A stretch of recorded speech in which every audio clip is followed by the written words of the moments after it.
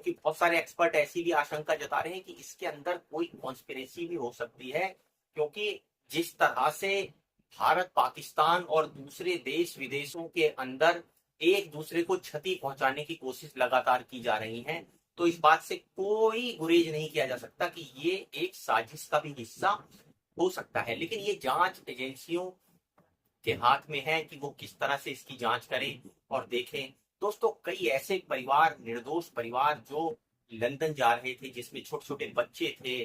पति पत्नी एक साथ थे, परिवार के परिवार खत्म हो गए इस त्रासदी के अंदर। और दोस्तों, सबसे दुखद बात यह है कि एक तो इतनी प्रचंड गर्मी पड़ रही है इस समय भारत के अंदर, जो उत्तर का जो खास तौर से जो एरिया है उसके अंदर, और उस इतनी प्रचंड गर्मी के अंदर आप सोचिए कि जिस प्लेन के अंदर हजारों लीटर जो है वो पेट्रोल भरा हुआ है उड़ाने के लिए, वो एकदम से जमीन पर गिरता है और जैसे बम में आग लगती है, इतनी आग उसमें फूटती है, तो लोगों का क्या हाल हुआ होगा। लोगों को दोस्तों, उनके शरीर जिंदा जल गए। आप सोच कर आपका